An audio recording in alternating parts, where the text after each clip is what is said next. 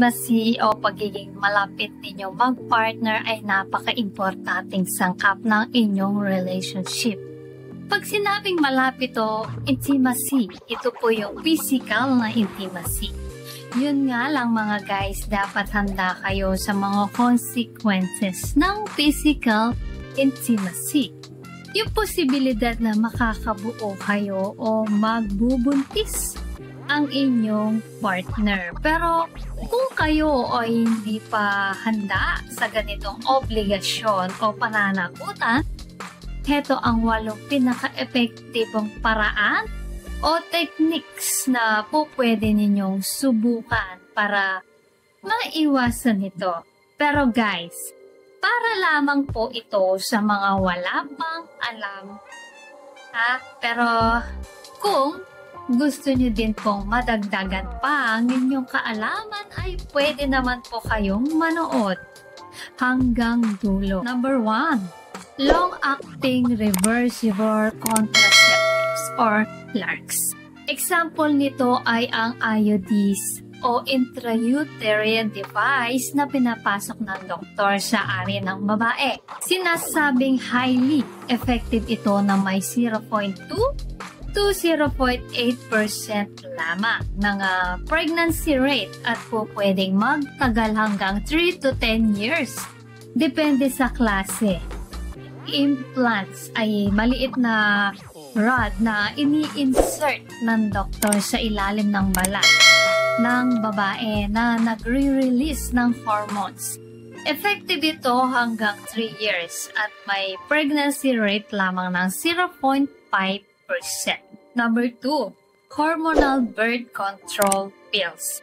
Ito ang mga pills na iniinom ng babae na halos araw-araw at sinasabing 91% ang effectiveness. Meron ding birth control patch and vaginal ring. Halos kamukha rin ng pills at may effectiveness ng 91%. Number 3, injectable contraceptives. Ito ay ini-inject ng doktor usually kada 3 months at may effectiveness ng 94%. Number 4, condoms.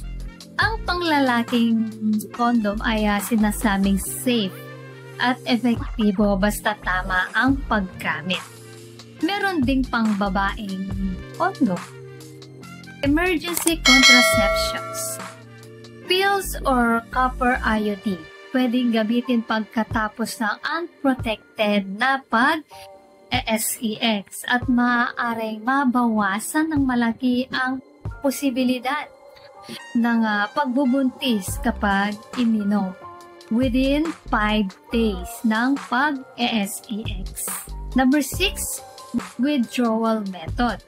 Ito ay yung hinuhugot bago sumabog ay sinasabing nasa 80% ng effective, ngunit hindi ito kasi bisa ng ibang method. Number 7 is calendar method. Ito ay ang hindi pakikipag-SEX sa mga araw na hindi safe ang babae, pero hindi rin ito kasing effective tulad ng iba. Meron na bubuntis na 24% rate dito. Number 8, abstinence. Ito lamang ang sure ball na 100% safe sa lahat. Yung hindi ka makikipag-SEX. So yan mga guys, always consult a healthcare provider. Ang pagpili ng method na gagamitin ninyo ay dapat isanggunin ninyo muna sa inyong mga doktor or mga professional healthcare provider. Sila po ang tamang makakapagbigay payo sa inyo ng mga options na po pwede ninyo gawin or gamitin. Sa tanong naman po ni Kadiskarte Jude Sales or Sis, kung po pwede bang mabuntis ang babae kung isang beses nyo lang ginawa? Ang sagot po dyan ay pwede pa rin mabuntis. Basta pinutok nyo po sa loob nang wala pong ginagamit na pang safety or kung hindi man naggamit ng pills ang inyong partner. So sa pangalawang tanong, pwede daw bang mabuntis kung merong menstruation ang babae? Yes po, may posibilidad pa rin. Safe daw ba ang withdrawal method? Yes, safe po pero may posibilidad na po pwede pa rin makabuntis. Only total abstinence o walang sex ang pinaka-safe po sa lahat na may 0% posibilidad ng pagbubuntis. Sana po ay may natutunan po kayo sa video natin ngayon.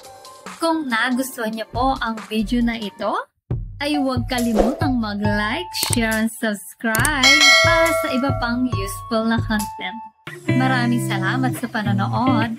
Hanggang sa susunod na video, ingat kayo palagi. Let's spread